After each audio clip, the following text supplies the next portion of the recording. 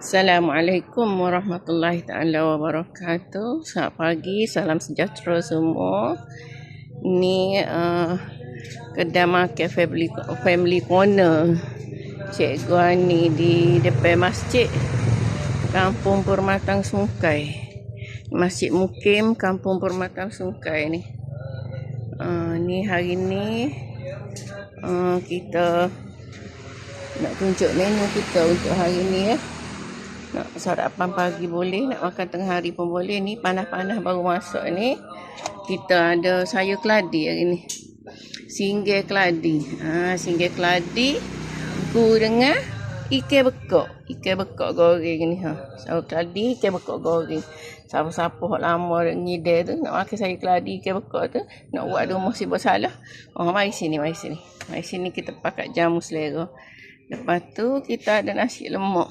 Nasi lemak, timun, telur mata. Nasi lemak ni sambal ikan bilis dah. Sambal ikan bilis.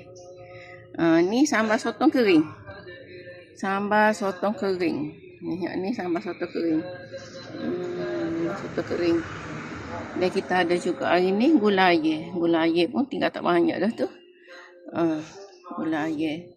Ni dia nasi lemak ni kita baru nak pula ni nasi lemak. Ni nasi lemak. Dan tengah hari kita ada juga ayam goreng Abang KFC. Abang KFC seperti mana dalam Food Panda tu, kita ada ayam goreng KFC. Ni tengah ngidai ke si Abang ni, makan ni. Dan juga kita ada wafer dah. Kita ada wafer panas-panas. Wafer dengan berbagai-bagai perasa interior ni. InsyaAllah. Selekar belakang, jemput belakang, depan masjid Mukim Kampung Permatang Sungkai.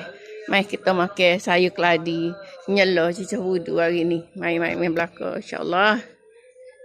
Jumpa nanti insyaAllah. Selekar. Assalamualaikum. Terima kasih.